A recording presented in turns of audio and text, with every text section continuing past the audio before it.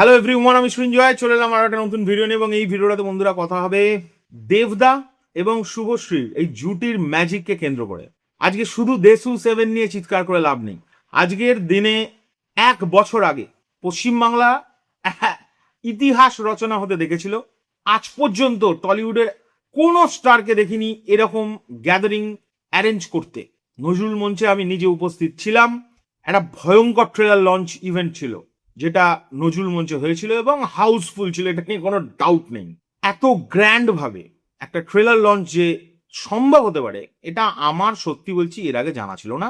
এটা দেবদা এবং তার টিম তারা চোখে আঙুল দিয়ে পুরো পশ্চিমবাংলার অডিয়েন্সদের বুঝিয়ে দিয়েছিল যেটা সম্ভব।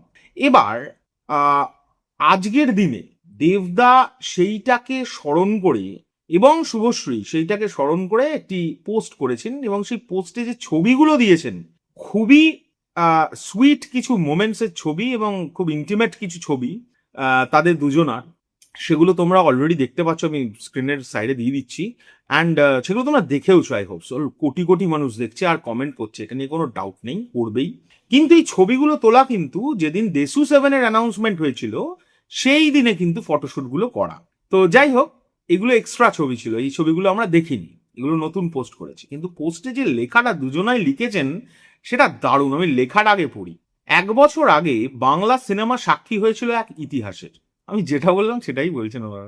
ধূমকেতুর ট্রেলার লঞ্চ শুধু একটি ইভেন্ট ছিল না, এটি ছিল বাংলা সিনেমার ইতিহাসের সবচেয়ে বড় ইভেন্ট। এটা বাস্তব কথা।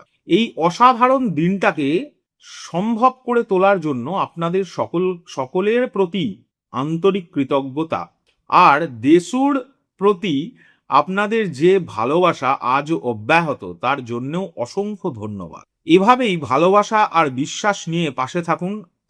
আপনাদের এই আস্থা আমরা কখনোই ভাঙতে দেব না। প্রতিশ্রুতি রইল আপনাদের নিরাশ করব না। তারপরে ইংলিশে এই কথাটাকেই ট্রান্সলেট করে লেখা আছে। তো এটার পরিপ্রেক্ষিতে এটাই বলতে পারি এই দুজনাকে যে তোমাদের ভাবতেই হবে না কি হতে চলেছে দেশু 7, সেটা আমরা জানি, আমরা ফিল করছি। আমরা তো এই সিনেমাটার পেছনে পড়ে আছি, মানে প্রত্যেক দিন ভিডিও বানাচ্ছি, কোনো নতুন আপডেটস এলেই জানানোর চেষ্টা করছি। অনেক সময় অনেক আপডেটস পেয়েও বলতে পারছি না, সেগুলোকে ভেতরে রাখতে হচ্ছে। তো এ যে কি ক্রেজ ক্রিয়েট করতে পারে দুর্গাপুজোয় যখন আসবে, এটা আমার মনে হয় না আর কোনো অডিয়েন্সকে নতুন করে বোঝাতে হবে, এটা আমার ধারণা।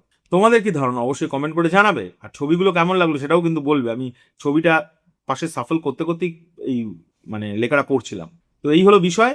আরও একটা জিনিস বলি, এই যে ধূমকেতুর ইভেন্টটা হয়েছিল সেটাকে একটা ট্রিবিউট দিয়ে আজকে আবার একটা করেছে, কি বলে, আরে ভিডিও ছেড়েছে দেব এন্টারটেনমেন্ট ভেঞ্চার্স। তো সেটার রিয়াকশন আমি এখানেই করে দিচ্ছি ভাবছি। তো চলো লেটস স্টার্ট।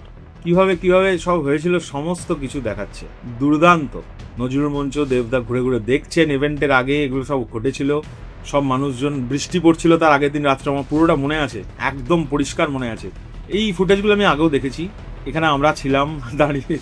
দুর্দান্ত একটা ইভেন্ট, ঐতিহাসিক একটা সাক্ষী ছিলাম ইভেন্টের। দারুণ দারুণ। দেব এন্টারটেনমেন্ট ভেঞ্চার্সের প্রমোশন নিয়ে কিন্তু আমার মনে হয় না কেউ ব্রেকডাউন করতে পারবে, পারবে না কেউ। উফ, নীলানন্দা যা গিয়েছিল সেদিন লাইভ পারফরমেন্সে, আর ক্রেজ দেখেছিলাম সেদিন দেশু এই জুটিটার ক্রেজ দেখেছি। ও বাবা গো, দারুণ দারুণ দারুণ সুন্দর কোলাজ করে ভিডিওটা করা হয়েছে, আমার দারুণ লাগছে। যাই হোক, তোমাদের সঙ্গে দেখেও নিলাম। তোমাদের কেমন লাগলো ভিডিওটা অবশ্যই কমেন্ট করে জানিও। এখনকার জন্য চললাম, পরবর্তী ভিডিও খুব শিগগিরই দেখা হচ্ছে। আর অবশ্যই ভিডিও শেষে যদি শেষ পর্যন্ত কেউ দেখে থাকো তাহলে বলো ভিডিওটা কেমন লাগলো, আর আমার যদি কোনো কিছু ভুল ত্রুটি করে থাকি নিজে করে মাফ করে দেবো। টাটা।